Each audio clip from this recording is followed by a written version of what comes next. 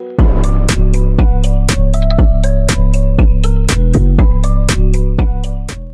Morning बच्चों हमने हिंदी व्याकरण पार्ट 2 भाषा में भाषा की परिभाषा पढ़ी, भाषा के रूप पढ़े कि भाषा के 2 रूप होते हैं, मौखिक भाषा और लिखित भाषा। हमने मौखिक भाषा को भी समझा और लिखित भाषा को भी समझा। अब हम आगे पढ़ते हैं। भारत की राष्ट्रीय भाषा हिंदी है। इसके अतिरिक्त भी हमारे देश में अनेक भाषाएं बोली, लिखी और समझी जाती है। हमारे देश में विभिन्न लोग भिन्न भिन्न भाषाएं बोलते हैं, जैसे आसामी, बांग्ला, बोडो, डोंगरी, गुजराती, कन्नड़, कश्मीरी, कोंकणी, मैथिली, मराठी, मलयालम, मणिपुरी, नेपाली, उड़िया, पंजाबी, संस्कृत, संताली, सिंधी, तमिल, तेलुगु, उर्दू आदि। हमारे देश में कुल 22 भाषाओं को मान्यता मिली है। बच्चों, हम भारत की राष्ट्रीय भाषा हिंदी है, लेकिन इसके अतिरिक्त भी हमारे देश में अनेक भाषाएं बोली, लिखी और समझी जाती हैं। हमारे देश में विभिन्न लोग भिन्न भिन्न भाषाएं बोलते हैं, जैसे गुजरात में रहने वाले लोग गुजराती बोलते हैं, पंजाब में रहने वाले लोग पंजाबी बोलते हैं, कश्मीर में रहने वाले लोग कश्मीरी भाषा बोलते हैं, अलग अलग क्षेत्र में रहने वाले लोग अलग अलग भाषा बोलते हैं। इस प्रकार हमारे देश में कुल 22 भाषाओं को मान्यता मिली है। अब है अभ्यास। हम अभ्यास को करेंगे। अभ्यास का पहला प्रश्न है, चित्र पहचान कर भाषा का रूप लिखिए।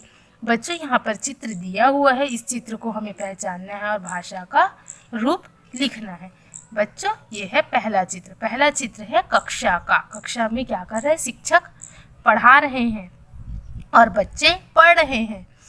शिक्षक कैसे पढ़ा रहे हैं? श्याम पट पर लिखकर पढ़ा रहे हैं। अतः यह भाषा का कौन सा रूप होगा? लिखित रूप होगा, क्योंकि शिक्षक लिख के पढ़ा रहे हैं, तो यह है लिखित भाषा। दूसरा चित्र है बच्चों, 2 बच्चे आपस में बातें कर रहे हैं। वो कैसे बातें कर रहे हैं? मुंह से बोल करके बातें कर रहे हैं और दूसरा सुन करके समझ रहा है, तो यह होगा भाषा का मौखिक रूप, तो यह आएगा मौखिक भाषा। तीसरा चित्र है बच्चों, एक बच्चा पत्र लिख रहा है, तो यह भाषा का कौन सा रूप होगा? लिखित रूप, यह आएगा लिखित भाषा। अब प्रश्न नंबर 2, दिए गए शब्दों की सहायता से रिक्त स्थान भरिए। रेफरी, संकेतों, भाषा, 22 हिंदी। बच्चों, यहाँ पे शब्द दिए हुए हैं, इन शब्दों से यहाँ पर रिक्त स्थान है, उसे हमें भरना है। क, खालिस्तान विचारों का आदान प्रदान करने का साधन है। बच्चों, हमने भाषा की परिभाषा में पढ़ा है ना, भाषा विचारों का आदान प्रदान करने का साधन है। तो यहाँ पर देखो बच्चों, भाषा लिखा है, इस भाषा को यहाँ पे हम लिखेंगे। भाषा विचारों का आदान प्रदान करने का साधन है। ख नंबर, भारत की राष्ट्रीय भाषा खालिस्तान है। बच्चों, हमने पढ़ा है कि भारत की राष्ट्रीय भाषा हिंदी है। यहाँ पर देखो बच्चों, हिंदी लिखा, इस हिंदी को हम यहाँ पे लिखेंगे। भारत की राष्ट्रीय भाषा हिंदी है, यह खालिस्तान पूर्ण हो गया। अब देखते हैं ग नंबर, भारत में कुल खालिस्तान भाषाओं को मान्यता मिली है। बच्चों, हमने पढ़ा है ना, भारत में कुल 22 भाषाओं को मान्यता मिली है। यहाँ पे 22 लिखा, इस 22 को हम यहाँ पे लिखेंगे। भारत में कुल 22 भाषाओं को मान्यता मिली है, ये खालिस्तान भी पूर्ण हो गया।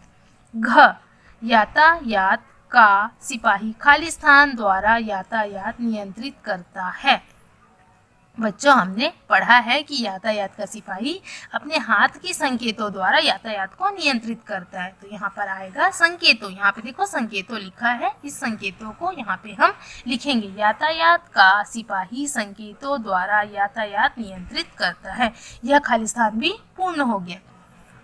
अंगा, खालिस्तान झंडा नीचे करके दौड़ शुरू करने का संकेत देता है। बच्चों, हमने पढ़ा है ना कि रेफरी झंडा नीचे करके दौड़ शुरू करने का संकेत देता है, तो देखो यहाँ पे रेफरी लिखा है, इस रेफरी को हम यहाँ पे लिखेंगे। रेफरी झंडा नीचे करके दौड़ शुरू करने का संकेत देता है। बच्चों, यह खालिस्तान भी पूर्ण हो गया। ओके बच्चों। बच्चों अब हम अभ्यास का तीसरा प्रश्न करेंगे। बच्चों हमने अभ्यास के पहले प्रश्न में किया चित्र पहचान कर भाषा का रूप लिखिए। दूसरे प्रश्न में किया दिए गए शब्दों की सहायता से रिक्त स्थान भरिए। अब तीसरे प्रश्न में करेंगे सही विकल्प के सामने सही का चिन्ह लगाइए। बच्चों ये सही का चिन्ह है, इसे सही विकल्प के सामने लगाएंगे। क भाषण देना भाषा का कौन सा रूप है? अ लिखित, ब मौखिक, स सांकेतिक। बच्चों यहाँ पर 3 विकल्प दिए हुए हैं, हमें 3 विकल्प में से सही विकल्प के सामने सही का चिन्ह लगाना है। प्रश्न बोल रहे हैं बच्चों भाषण देना भाषा का कौन सा रूप है? बच्चों भाषण मुंह से बोल के दिया जाता है, अतः यह भाषा का मौखिक रूप है। इसका उत्तर होगा ब मौखिक। मौखिक के सामने बच्चों जो बॉक्स बना है उसमें हम सही का चिन्ह लगाएंगे। ख मुख व्यक्ति कैसे बातें करता है? अ बोलकर, ब इशारों में, स समझकर। बच्चों मुख व्यक्ति बोल नहीं पाता, बोल ना पाने के कारण वह अपनी बातों को इशारों से बताता है, तो इसका उत्तर होगा ब इशारों में। इशारों में के सामने जो बॉक्स बना है उसमें सही का चिन्ह लगाएंगे।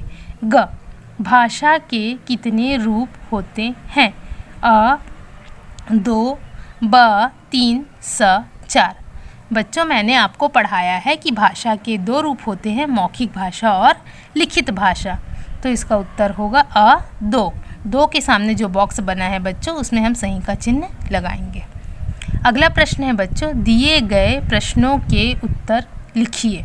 क मौखिक भाषा किसे कहते हैं? उत्तर जब हम बोलकर किसी बातों को समझाते हैं तो उसे मौखिक भाषा कहते हैं। बच्चों जब हम किसी बात को बोल कर के समझाते हैं तो उसे मौखिक भाषा कहते हैं। ख लिखित भाषा किसे कहते हैं? लिखित भाषा किसे कहते हैं? उत्तर जब हम किसी बातों को लिखकर बताते हैं तो उसे लिखित भाषा कहते हैं। बच्चों जब हम किसी बातों को लिख कर के बताते हैं तो उसे लिखित भाषा कहते हैं। अब अगला प्रश्न है बच्चों कविता याद करते हुए जोड़िए। क चिड़िया बोली, इसको किससे जोड़ा गया है बच्चों? ची ची ची। चिड़िया कैसे बोलती है बच्चों? ची ची ची। इसी प्रकार दिया गया है बच्चों बंदर बोला, मुर्गा बोला, कबूतर बोला, बिल्ली बोली और कुत्ता। यहाँ पर उनकी बोलियाँ दी गई हैं, आपको इसको इनकी बोलियों से जोड़ी बनाना है। ये आप लोगों का होमवर्क है, आप लोग बुक में करेंगे। ओके बच्चों।